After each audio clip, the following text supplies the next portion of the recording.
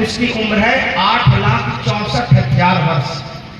और उससे भी पहले जो युग आता है उसको कहते हैं त्रेता युग, जिसमें भगवान राम का अवतार होता है, वह 12,96,000 वर्ष। और उससे भी पहले जो युग आता है जिसको हम कहते हैं सतयुग, उस सतयुग की उम्र है 17,28,000 वर्ष। अब जो पढ़े लिखे हो ये चारों युगों की उम्र को जोड़ दो,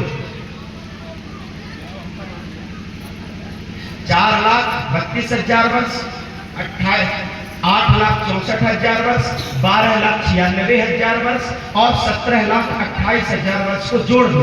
इसको जब जोड़ोगे तो लगभग 43 लाख कुछ की संख्या आपको प्राप्त होगी।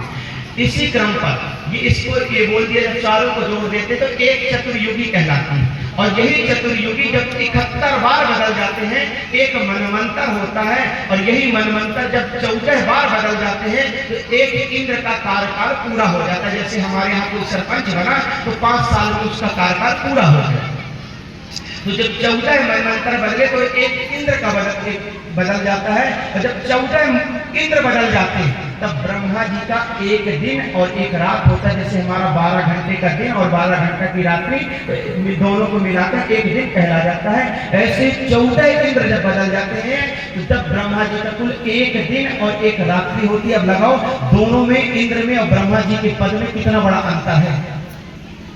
लेकिन ब्रह्मा की गलती को भगवान ने क्षमा नहीं किया और इंद्र की गलती को क्षमा कर दिया, क्योंकि ब्रह्मा की गलती की वजह से भगवान के जो अपने प्रेमी जन थे भगवान से बाल बछड़े दूर हो गए। लेकिन इंद्र ने जो गलती करी, ब्रज को बहाना चाहा, उसमें भगवान ने गोवर्धन को जो उठाया तो पूरे ब्रज के जो 84 कोस में दूर दूर तक थे भगवान के प्रेमी जन, सब इंद्र की गलती की वजह से भगवान के समीप आ गए।